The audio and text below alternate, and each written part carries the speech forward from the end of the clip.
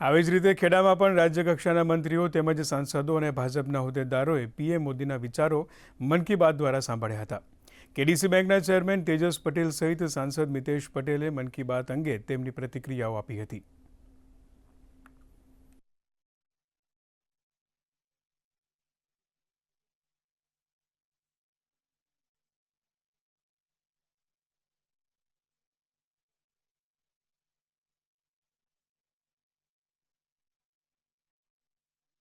सात हजार जेवा लोकोनी उपस्थितिनी अंदर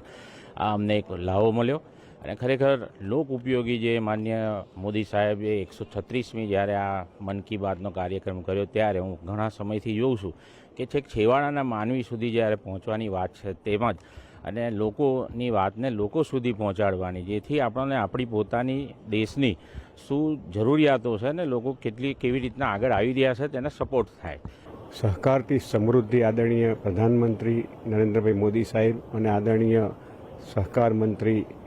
અને ગૃહમંત્રી અમિતભાઈ સાહેબના સપનાને સાકાર કરવા જ્યારે ખેડા જિલ્લા, બૃહદ ખેડા જિલ્લો, ખેડા, મહીસાગર અને આણંદ જિલ્લાની આ સહકારી સંસ્થાઓ જ્યારે અગ્રેસર છે ત્યારે આજે જોગાનું જોગ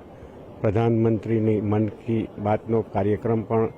આ વડતાલ ધામ, જ્યાં લક્ષ્મીનારાયણ દેવના બેસણા છે એવા પવિત્ર વડતાલ ધામમાં મન કી બાતની સાથે સાથે 78મી કેડીસીસી